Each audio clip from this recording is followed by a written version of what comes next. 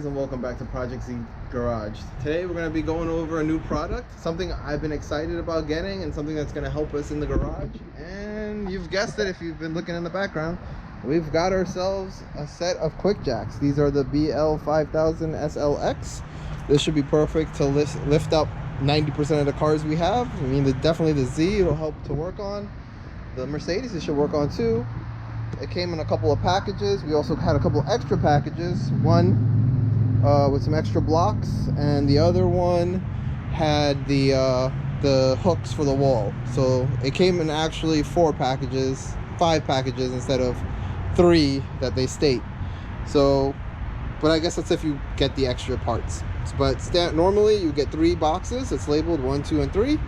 We have the 2 big long ones, which I'm pretty sure would be the actual body that goes under the cars to jack it up, and this should be the pump. So I've already cut this one open. I haven't taken anything out, but let's open this up and see what comes in the box.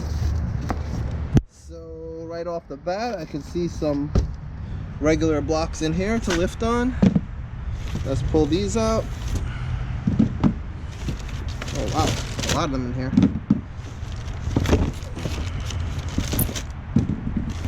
Get all those out. We've got some cables, 2 longer ones and a short one. We've got, I'm guessing, directions and stuff that we have to make sure came in all 3 of the boxes. So let's put that down. We have a little small box, which I'm guessing are the connectors. Some more. Oh man, how do we get this out? Oh, it's got a little handle on it. So let me grab this. This should be the pump.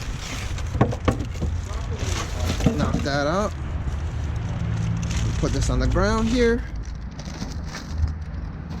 And more blocks. Wow, this thing came with a lot of blocks. I think the 2 little things came out, but all right. We got some what, Loctite? You have thread sealant. Thread sealant. And your connectors. Oh wow, I thought they were gonna give tape, but I guess this is better. So a box of thread sealant and the connectors. Not much in here, but I guess it's enough. All right. Now let's get to opening one of these boxes here. We've already cut all the ties on it, so we should be able to just. Oh wow, look at that. We get some plywood with it. That's got to be $100 worth of plywood nowadays. Oh no, it's veneer. You ain't got a full sheet of plywood. Oh no, that'd have been nice. That'd have been like, wow.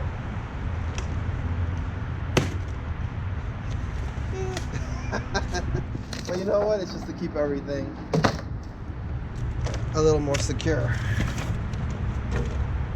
It looks really nice. Pretty cool. It's packaged well. Yeah, definitely packaged really well to be transported. Alright. This thing was pretty heavy, but it's kind of assembled out of the box. I guess the only thing that we need, it should have some, oh, those are the handles to drag it in and out from under the car. I guess this is stop moisture. And are the wheels already on it? It doesn't look like the wheels are on it, so that you can move it around. But let's see. Wheels are at the bottom. Small wheels. At the bottom. Careful with your fingers, young. Ooh, this thing is heavy.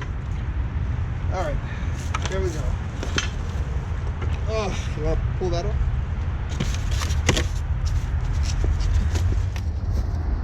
Crap.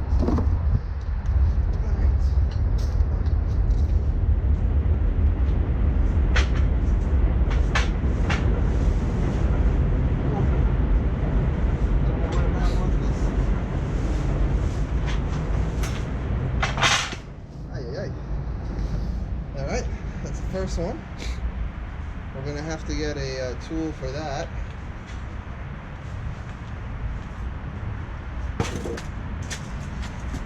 We'll just move everything in there.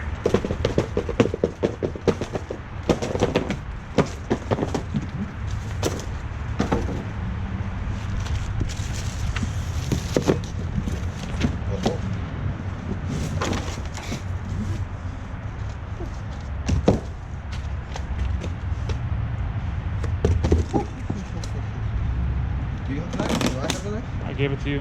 Where'd you throw it? I don't know where I put it. Is it under that? It might be on the cardboard.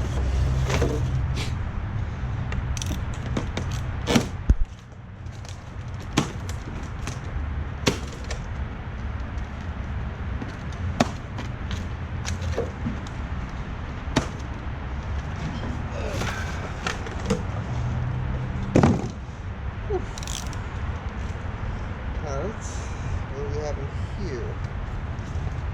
Oh, we got the manual. That's going to be important.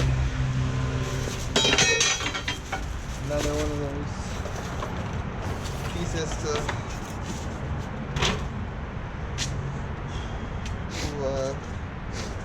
pull it in and out from under the car.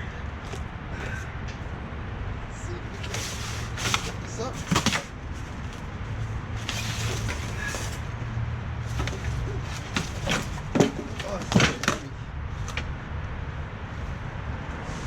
Careful with your fingers. Yeah.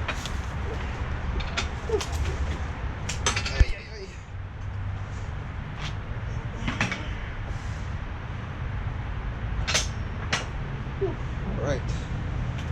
Pretty cool, pretty cool. All right.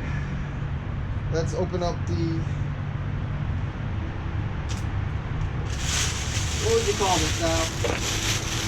I guess it's a pump. The pump.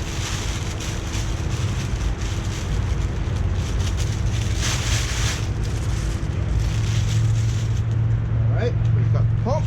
Let's move the pump over here. Tied up really nice so far. Does it have some legs on it? I don't want to scratch it up too much.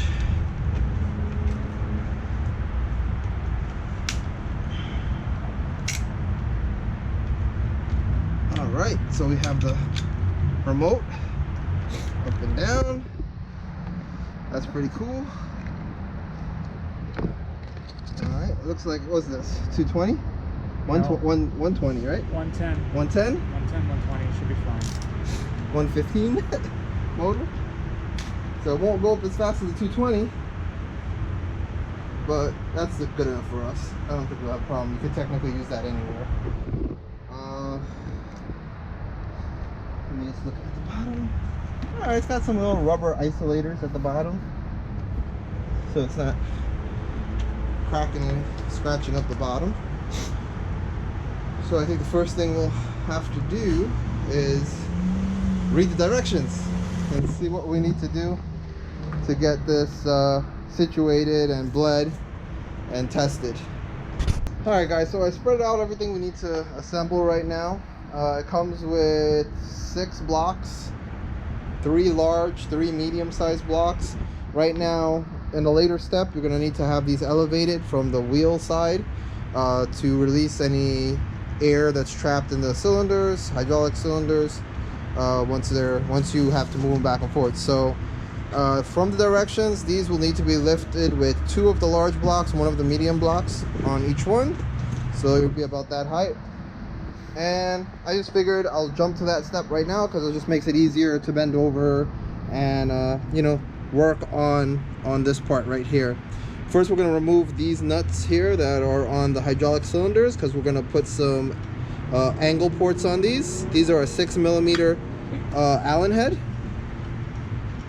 So we're going to pull those out because we'll install those first.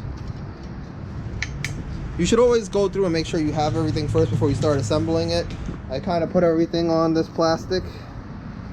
These are all the valves. These are the angle pieces that we're going to need to put in to the hydraulic cylinders, and that's where the short hoses that came with the kit will be connected. You're going to run them from the directions. I guess they run this way and then under, so that you don't crush them or pinch them between the hydraulic you know, stand here or jack. So a good idea is to get one of these adjustable wrenches, a couple of regular spanners. Just check these sizes. I think they're like 21, 22mm. So I have a 22mm and a 7/8 spanner. They fit it good enough to get this on. So we have 2 short hoses and then 2 longer hoses, which will be attached to the the compressor. It's not a compressor. Oh, the pump, to the hydraulic pump. The hydraulic pump. Yeah, hydraulic power unit. You're gonna need to get hydraulic fluid or automatic transmission fluid, I believe. You can work with this. It takes 2.1 quarts, or about a ½ an inch above the top is where you want to be. Not above the top, below the top. What else do we need to do? I'm excited to get this assembled, so I'm kind of rushing this part. There's a million videos of how to put this together. I will link the original video from QuickJack's in there on how to set these up, just to be safe. And we're just gonna get to it. Normally in the original kit they said there's tape, but they're using thread seal. I guess this is what you can use. This is the version that came in the actual box.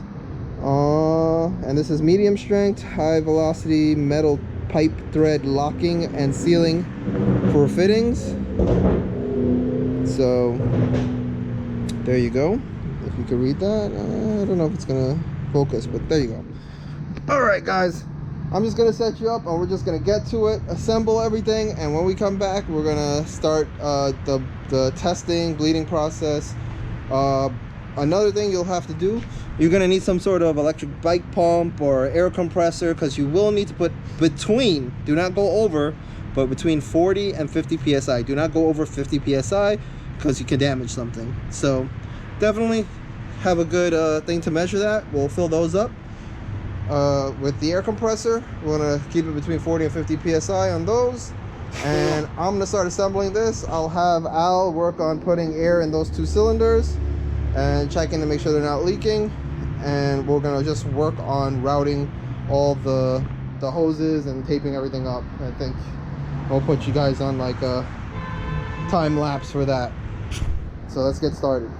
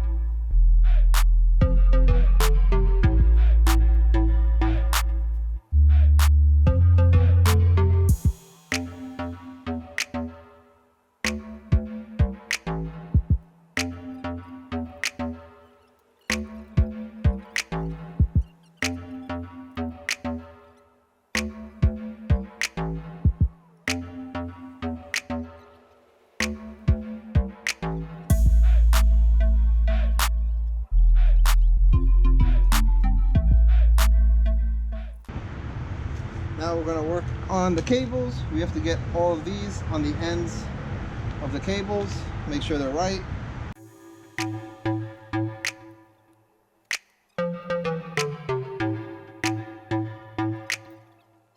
Good. Now these are all connected. Let's connect it up. So we just pop the ends off. Guys, so now we're going to fill the pump up. We pulled the cover off of it. You want to fill up to where it's a ½ an inch below the fill hole. So that would be about 2.1 quarts. Just keep checking it every so often. We're using automatic transmission fluid.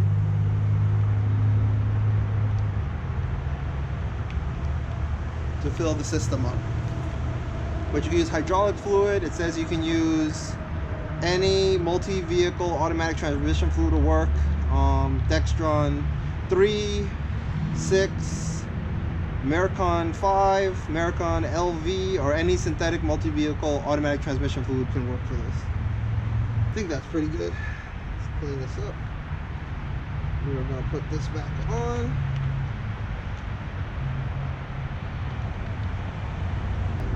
You do not need to loosen it. Alright guys, so this has a self-venting reservoir cap, so we do not need to loosen the bleeder screw. So that's one thing we need to do. Now we connected the hydraulic hoses. Alright guys, so we're good there. We're reading through the directions, try to figure this out. So now we are going to bleed the hydraulic rams that are on the actual jacks. So let me turn you around. Okay guys, we will be actuating the QuickJacks up and down with the bleeder screws partially open so that we can get all of the air out of the cylinders. After we have done this a few times, we will top up the fluid level in the pump and we can move on to testing it out on one of the cars.